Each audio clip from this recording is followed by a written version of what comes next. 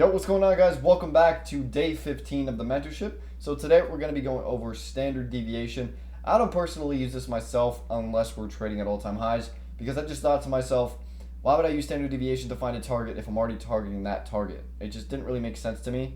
And if there was like a drawn liquidity that I was targeting and then the -2 deviation was right below it, I just didn't see any point in being a little bit more greedy and holding it. But again, I'm just going to teach it so you guys have it in your arsenal of tools that you can trade with, because it is useful in a sense for a lot of things. But without further ado, make sure to leave a like and subscribe to the channel if you haven't already. But let's go ahead and get started with this. So first of all, standard deviation is just like a mathematic projection of where the market is potentially could go.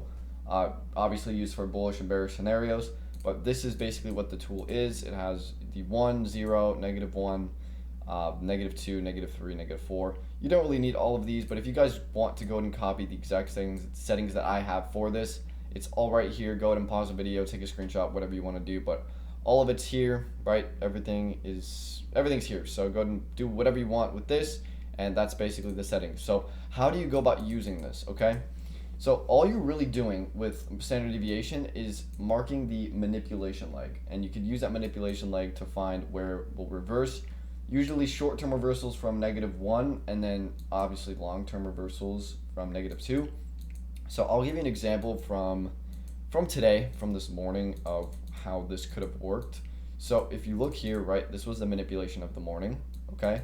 All you do, if it's very prominent wicks, I usually just end up marking the bodies, because I would always go back and look and see it, and it would make the most sense for me marking the bodies. So all you do in a bullish scenario is mark the opening of the body, and then just mark the top of that manipulation. So obviously you have this whole manipulation move.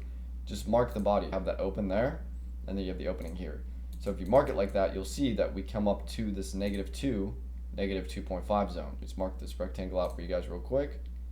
So that's what we come up to. We come to -2, -2.5, and then we reverse right off of that. And then you could also look to the left, on the left side of the chart, to match it up with any other PD arrays to have higher confluence that it could reverse off that point. But that's really all it is. And the same example applies here, right? You have your manipulation leg, you have this one. I would mark the wicks in this case because it's very small. If the wicks are big like this or somewhat decently sized, just mark the bodies. But in this case, just mark the wicks. And then you can see we topped out right here at -4. See, if I mark the -4, you can see that we actually hit it to a tick and then reversed off of it. So you really can't tell, or you really can't know for sure if it's going to react off -2 or -3 or -4. It really just depends on what the hell we're doing. So I feel like it's always best to leave if there is a drawn liquidity that you're targeting and it's way too far to the left and you just want to use deviation, I would say partial at -2, maybe leave runners to 3, maybe 4 if it makes sense. But of course it really all depends. Like I said, you're never going to really know 100% if it's going to come up to this level. You just have to take the chance, I guess. But if it matches up with the level of liquidity, some sort of PD array, then most likely it will hit. But again, just be cautious with it for sure. And really the same concept applies for a bearish scenario, right? So you have the manipulation leg here. So this whole leg from this low to this high is your manipulation leg. You can mark it like this, boom, and you can see at this point we react off the -1. So nice little retracement to the -1, price continues to trend higher, right? So it literally works with any manipulation leg. We can go, I'll do some more examples so you guys can understand it well. But we can go back to the previous day that we traded right here. So if you look, right, it's not super clear, it's not as clean, but if you look, right, we have a high here, and then we have a low here. So in this case, since it's very short, I would just mark the wicks at this point. See? So wick here and then wick here. It wouldn't make sense at all to mark the body there, right? It just doesn't make any sense, right? This, you could technically mark the body to open. It still works, right? We reject off the -3 here. If you do the wick, it's -2 within that level from 2 to 2.5. Same concept again, like I said, applies for the bullish scenario here, right? Have your manipulation leg right here. And then look at that. We hit -2 to the tick, which is the midpoint of this end walk. So it's not random, it's all algorithmic, it matches up. Again, same exact concept applies here. Mark the manipulation. This one ended up coming down to the 4.5 and almost hit the 5, but we didn't go lower because of this sell side level here, right? And then, of course, you could just keep doing this back and forth. You could see what works for you, and then eventually you'll get good at seeing these things, and then you could end up marking it out for whatever type of conditions that you're trading. See here, -2, have this mitigation holding price up. So -2, -2.5. Same concept. It happens everywhere, right? So yeah, there really isn't much else for standard deviation. Settings right here again, if you guys want it, boom, it's all right there. Copy it. You can get rid of 3.5, 2.5, 1.5. It doesn't really matter, but it's all there for you guys.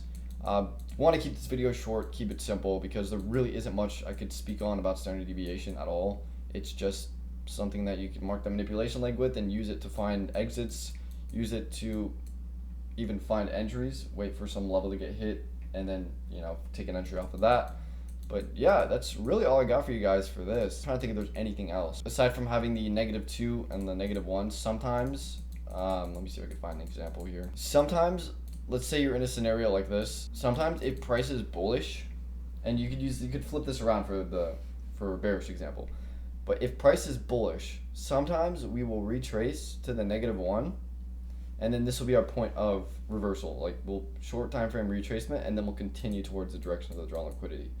You can see we kind of did it here, right? We hit the -1, shot up a little bit, but then we just continued to trend a little bit lower for 10-15 minutes, and then price just decided to do whatever after this. Accumulation dump, accumulation pump, and then accumulation for the rest of the day. Yeah, it's really just about going in the markets, going in the charts, and just marking these out for yourself and watching it play out live, and just getting a good understanding of how it works, journaling it, and like I said, really just figuring it out for yourself, because there's only so much I could do on here with this mentorship, telling you where to mark it and all that. I could say, hey, yeah, mark the manipulation leg, do this, do that. But again, every trading day is going to be different, and you have to learn to adapt to how the market moves. You have to learn how to, just mark certain areas in the chart and just understand how it moves, right? Concepts aren't really going to ever change, but market conditions can always change. So, have to adapt in terms of capital, adapt in terms of how you're going to enter, and just overall everything along those lines. So, I'll leave it off here for you guys. Hopefully you enjoyed this video. If you have any questions, any comments, leave them down in the comment section below. Like I said in multiple videos, I always read my comments. I always reply to you guys. So don't be scared. Feel free to leave comments. If there's another type of video that you want me to put out, totally for it. I will 100% do it for you guys. So with that said, I'll leave you guys with that, and I will catch you guys tomorrow for unemployment claims day. Peace.